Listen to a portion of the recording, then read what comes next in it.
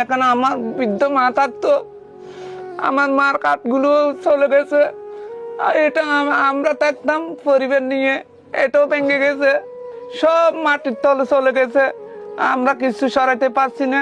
তো আমরা এখন অসহায় আছি পরিবার নিয়ে, আমার পাও ভাঙ্গা মানুষ আমি। প্রিয় দর্শক শ্রোতা, আমি এই মুহূর্তে যেখানে দাঁড়িয়ে আছি এটা বাঁশখালী কাথুরিয়া 7 নং ওয়ার্ড।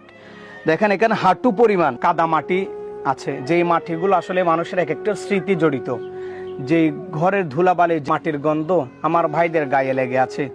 এই ঘরের দেওয়াল ভাঙ্গা মাটির উপর আমি দাঁড়িয়ে আছি, আমার এখনো হাঁটু পরিমাণ মাটি আছে।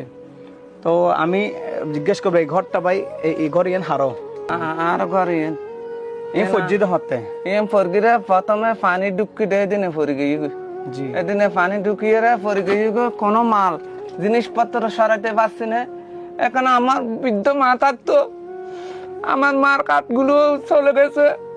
আর এটা আমরা থাকতাম পরিবার নিয়ে, এটাও ভেঙে গেছে, সব মাটির তলে চলে গেছে, আমরা কিছু সরাইতে পারছি না। তো আমরা এখন অসহায় আছি পরিবার নিয়ে, আমার পাও ভাঙ্গা মানুষ।